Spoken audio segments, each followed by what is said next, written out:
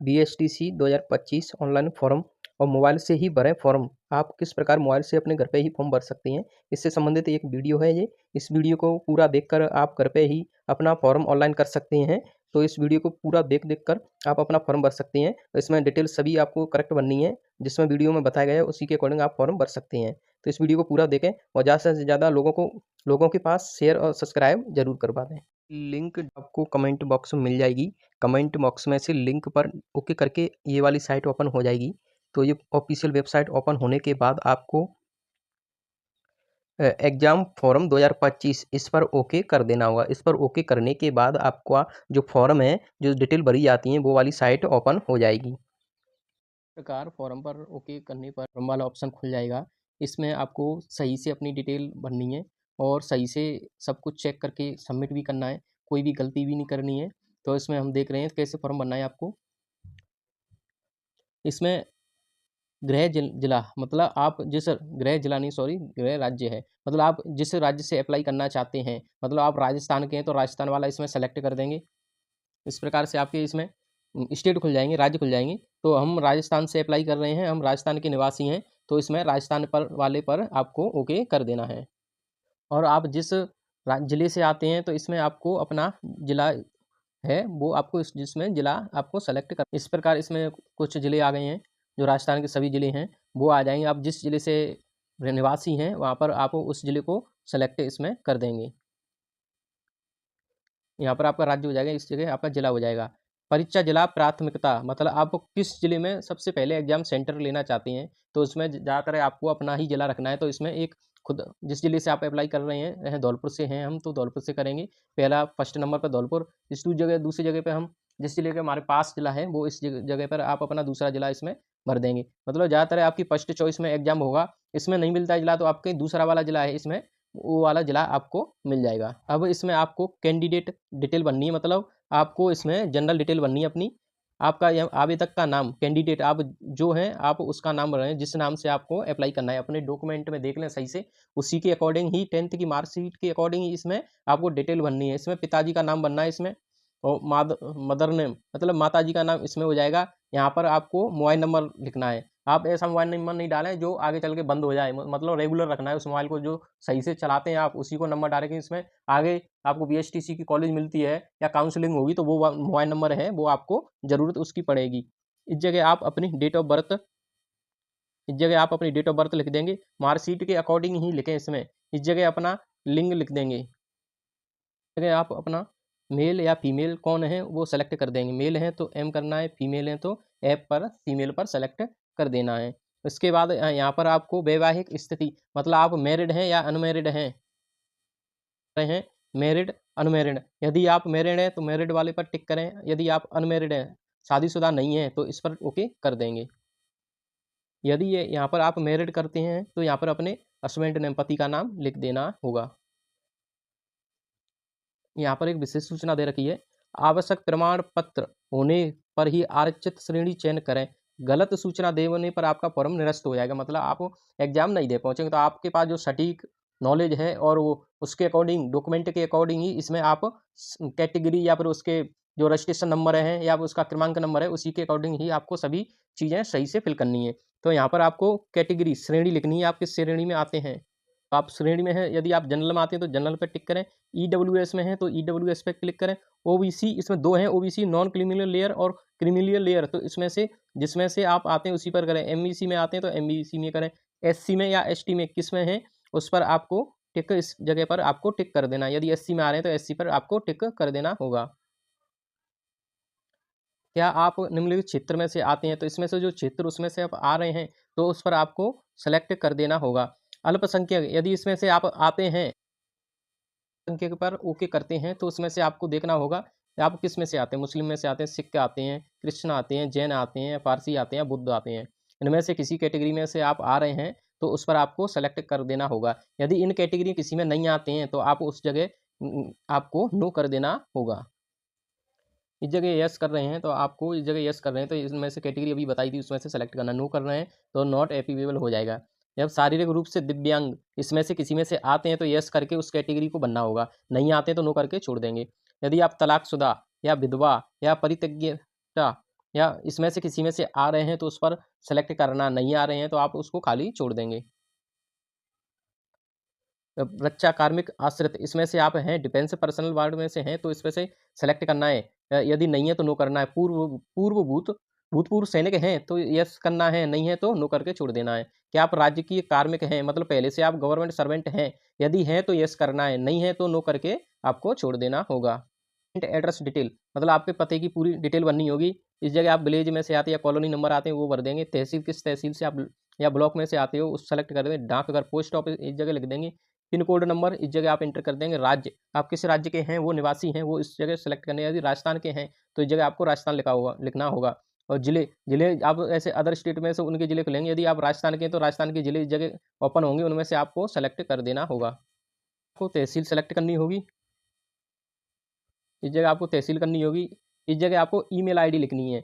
इसका विशेष ध्यान रखना है कि ईमेल आईडी वो लिखें जो कि आप परमानेंट हो और आप उसका यूज करते हो, क्योंकि इसमें टेम्परेरी लिख दी वो बंद हो जाती है तो आपको दिक्कत होगी, क्योंकि आगे आपका पासवर्ड भूल जाते हैं या फॉर्मेट करने में या आगे काउंसलिंग में सभी में काम आएगी, तो इसको सही से लिखना है।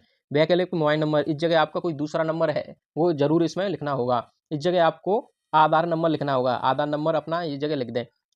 और इस जगह प्रश्नों पत्र की भाषा इस जगह आपको लैंग्वेज सेलेक्ट करनी होगी। इस प्रकार आपकी लैंग्वेज ओपन हो जाएगी। इसमें सॉरी आप यदि इंग्लिश में पेपर देना चाहते हैं तो इस पर टिक करना है, आपको ओके करना है। आप हिंदी में पेपर देना चाहते हैं तो आपको इस पर ओके कर देना होगा। हिंदी के लिए इस पर टिक करें, इंग्लिश में देना चाहते हैं तो इस पर टिक करें। तो हमने हिंदी सेलेक्ट की है तो इस पर हमने टिक किया। यदि स्थायी पता वर्तमान पते के समान है तो यहाँ क्लिक करें, मतलब आपका परमानेंट और ये वाला पता सेम है तो इस पर टिक करें तो ऑटोमेटिक फिल हो जाएंगे। यदि आपका अलग है तो उस जगह पर आपको अलग से मुझे सभी डिटेल भरनी होंगी। क्वालिफिकेशन एंटर करनी होगी। क्वालिफिकेशन आपकी क्वालिफिकेशन क्या है आपको सेलेक्ट करने के लिए इसमें 12th इक्विवेलेंट मतलब 12th के समकक्ष इसमें आते हैं तो इसको करें। 12th विद संस्कृत यदि आप संस्कृत डिपार्टमेंट से आते हैं, यदि संस्कृत सब्जेक्ट रही है तो 12th में संस्कृत कर सकते हैं। और यदि आप वरिष्ठ उपाध्याय इसमें आ रहे हैं तो इस पर टिक करें। यदि आपको दोनों फॉर्म बनने हैं मतलब संस्कृत और जनरल से तो इस पर आपको टिक करनी होगी, मतलब संस्कृत सब्जेक्ट कंपलसरी इसमें होगी।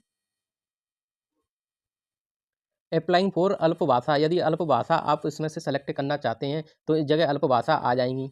अल्प भाषा में आपके पास उर्दू उर्दू आ रही है तो आप उर्दू कर सकते हैं। यदि पंजाबी में आते हैं आ रही है आपके पास तो पंजाबी कर सकते हैं। सिंधी आ रही है तो सिंध कर सकते हैं और गुजराती आती है तो गुजराती इस अल्प भाषा में आपको टिक करना है। यदि नहीं आ रही है तो उसको सेलेक्ट आपको नहीं करना। इसको विशेष रूप से पढ़ना है आपको। कोर्स अप्लाइंग फॉर जिस आवेदन ने कच्चा 12th में संस्कृत विषय पढ़ा है अथवा वरिष्ठ उपाध्याय की योग्यता अर्जित की है तो केवल केवल वही आवेदक डीएलएड संस्कृत या बौद्ध मतलब बौद्ध संस्कृत इसका टिक कर सकते हैं इस कोर्स को। यदि इन सब्जेक्ट संस्कृत या इसमें से नहीं है तो आपको ओनली जनरल पर ही ओके करना है। ये विशेष आपको ध्यान रखना है कि इसमें आपके पास संस्कृत और विशिष्ट वरिष्ठ उपाध्याय की योग्यता अर्जित की होनी चाहिए। आपको विशेष रूप से ध्यान रखना है इसमें। यदि हम जनरल से भरना चाहते हैं तो इस जगह हमको जनरल पर टिक करना होगा। इस जगह हमको जनरल में टिक करके आगे बढ़ जाएंगे।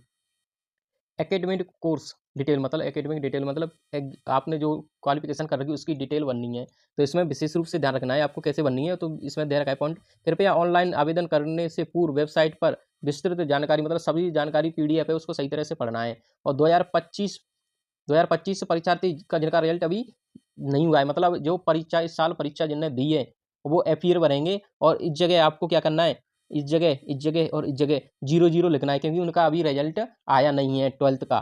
तो 12th वाले यहाँ पर आपको 00 लिखना है। और इस जगह 10th की परसेंटेज नंबर आपको और टोटल नंबर लिखना है। तो इस जगह ध्यान रखना है आपको। एफईआर वाले आपको 00 लिख देंगे। और जिनके पास है 10th 12th तो आपको यहाँ पर अपना बोर्ड सेलेक्ट करेंगे। आप जिस बोर्ड में आ रहे हैं आपने जिस बोर्ड से एग्जाम दी है तो यहाँ पर बोर्ड दे रखी हैं, आप जिसमें से आते हैं तो उसी को सेलेक्ट करें। तो हमने राजस्थान से की है और राजस्थान का board of secondary education Rajasthan इसमें से हमने की है 10th 12th तो इसको हमको सेलेक्ट करना होगा। इस प्रकार यहाँ पर आपका बोर्ड हो जाएगा। 10th का इस जगह 10th की डिटेल बननी है, इस जगह आपको 12th की डिटेल बननी है। तो ईयर जिस ईयर में आपने पास किया है और टोटल नंबर इस जगह और ऑप्टेन नंबर मतलब प्राप्त 650 या 600 आप पूर्णांक उसमें मार्कशीट में देख लेंगे जितने नंबर में से आपने प्राप्त किए हैं, तो इस जगह प्राप्त करनी है। यहाँ पर आप परसेंट एक बार चेक कर लें, परसेंट ऑटोमेटिक आ जाएगी। इसी प्रकार आपने 12th जिस बोर्ड से की है, यहाँ पर बोर्ड आ जाएगा, कौन सी ईयर में आप पास हुए हैं यहाँ पर आ जाएगा, टोटल नंबर यहाँ पर आ जाएगा पूर्णांक आपका, और यहाँ पर आपने जितने नंबर प्राप्त किए हैं यहाँ पर अपने नंबर लिख देंगे। इस प्रकार इस लिखने पर आपकी यहाँ पर परसेंटेज आ जाएगी, चेक करके देख लेना है। और आगे नेक्स्ट करने के लिए आपको यहाँ पर टिक कर लेना है, और संपूर्ण जानकारी आपको सही से चेक कर लेनी है, क्यों बाद में आपको करेक्शन कराएंगे तो प्रॉब्लम बहुत होती है।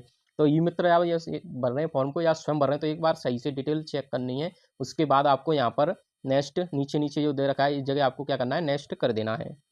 के बाद आपको यहाँ पर अपना फ़ोटो और यहाँ पर आपको सिग्नेचर, यहाँ पर अपने अंगूठे का थंब, तीनों चीज़ अपलोड करनी है। तो सबसे पहले इस जगह आप फ़ोटो अपनी सेलेक्ट करके गैलरी में से फ़ोटो अपलोड कर देंगे, जो कि 100 केबी से क्या ज़्यादा नहीं होनी चाहिए। यहाँ पर अपलोड हो जाएगी और यहाँ पर आपको शो हो जाएगी। इसी प्रकार यहाँ पर अपने सिग्नेचर यहाँ पर कर देंगे और अपलोड कर देंगे, तो यहाँ पर आपके सिग्नेचर दिख जाएंगे।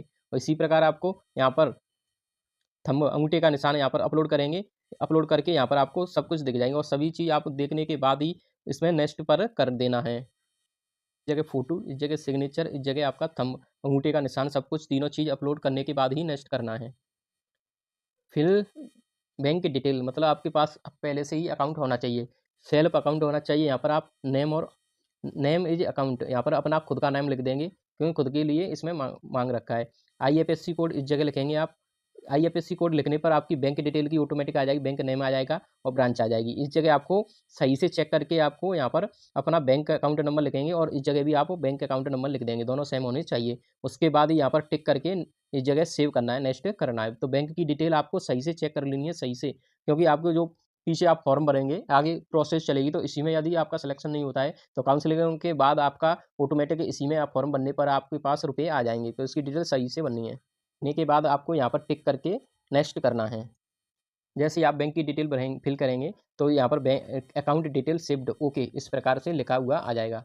के बाद आपको यहाँ पर नेक्स्ट करना है। नेक्स्ट करने के बाद यहाँ पर आप राजस्थान के निवासी हैं, तो यहाँ पर राजस्थान का मूल निवास की डिटेल बननी है, मतलब उसका नंबर लिखना है। और कास्ट सर्टिफिकेट है, यहाँ पर आपको कास्ट सर्टिफिकेट आप लगा देना है, यदि आपकी ज़रूरत होगी तो यहाँ पर दोनों चीज़ आपको फिल करनी होगी। उसके बाद आपको यहाँ पर सबमिट एंड नेक्स्ट इस पर ओके कर देना होगा।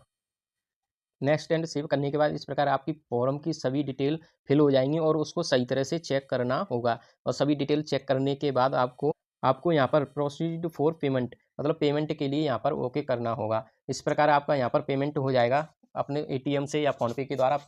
पेमेंट करने के बाद आपका फॉर्म सबमिट हो जाएगा, और उसकी प्रिंट या स्क्रीनशॉट लेके अपने पास रख लें, या ई मित्र के पास जाके या किसी के पास जाके PDF की उसकी प्रिंट आउट लेके अपने पास सही से रख लें। अब उसकी फ़ीस की रसीद की भी सही से अपने पास रखनी है, दोनों के प्रिंट आउट ले लेने। इस प्रकार आपका BSTC का फॉर्म प्री वाला जो 2025 का है वो पूरा संपूर्ण फिल हो जाएगा। इस प्रकार आपका BSTC का ऑनलाइन फॉर्म हो जाएगा, अपने घर से ही कर सकते हैं। यदि इसमें कोई प्रॉब्लम आती है तो नीचे कमेंट जरूर करें, और हमारे चैनल को सब्सक्राइब जरूर करें, इससे संबंधित आपको जानकारी मिलती रहेगी। और लाइक और शेयर जरूर कर दें। धन्यवाद।